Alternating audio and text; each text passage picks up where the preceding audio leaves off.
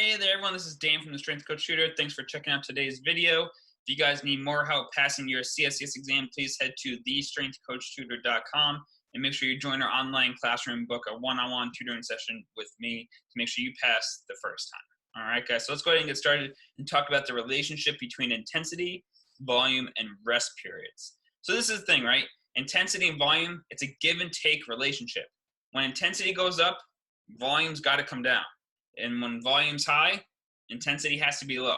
Why? Well, let's talk about this, right? So let's say, for example, you're lifting at a very high intensity, right? Let's just say you're lifting 90% of your 1 rep max.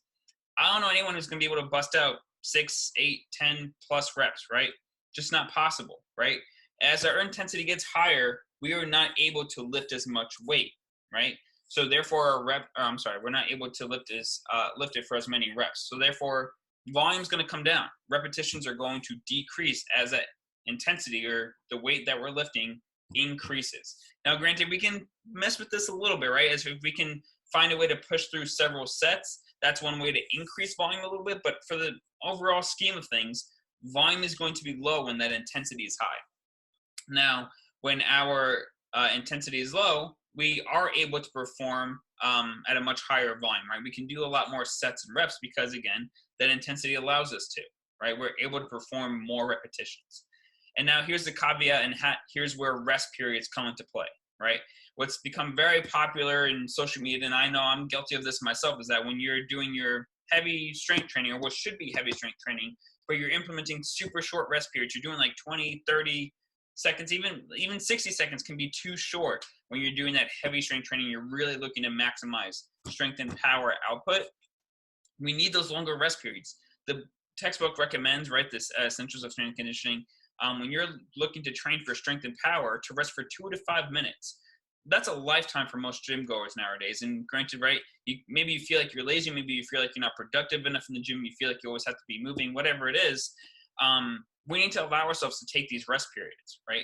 We have to take those rest periods so that way we can adequately recover enough between sets to make sure that we can then maximize our force output in that subsequent set, right? Because if you're too fatigued going into your second and third set and you can't get the target repetitions that you're looking for, then are you really building strength, right?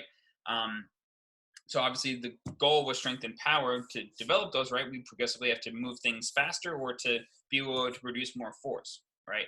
And we're not going to be able to do that adequately if we don't take enough rest. Now, we can take shorter rest periods when we're doing more hypertrophy-based training in that medium to higher rep range, right? Sometimes some people like to say 6 to 12.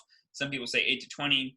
Whatever number you're going with, right? Whatever range you're going with. Hypertrophy, generally speaking, we can go into that 30 to 90 second rest period range, right?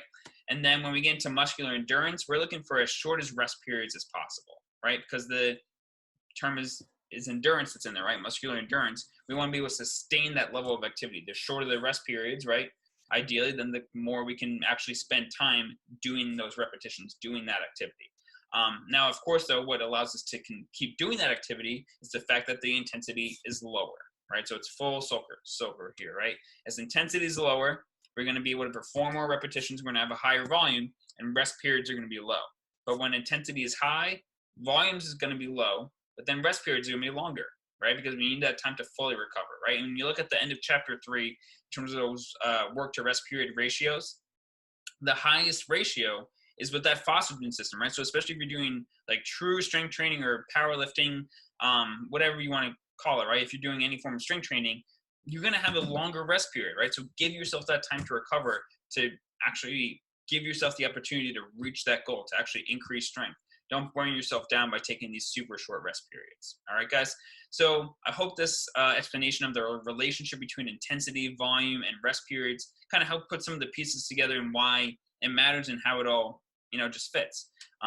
Again, guys, I hope you found this useful. I enjoy talking to you guys. And if you guys want to work one-on-one with me again, you can head to thestrengthcoachtutor.com and book some one-on-one tutoring sessions, just me, you, one-on-one. Or you can join our online classroom if you need more practice questions, or you just want unlimited access to some of my videos that I post there for my self-paced course, which you can watch on your phone, tablet, computer, anywhere you want. So looking forward to hearing from you guys. Leave comments below. If you have any questions, make sure you like, comment, and subscribe. All right?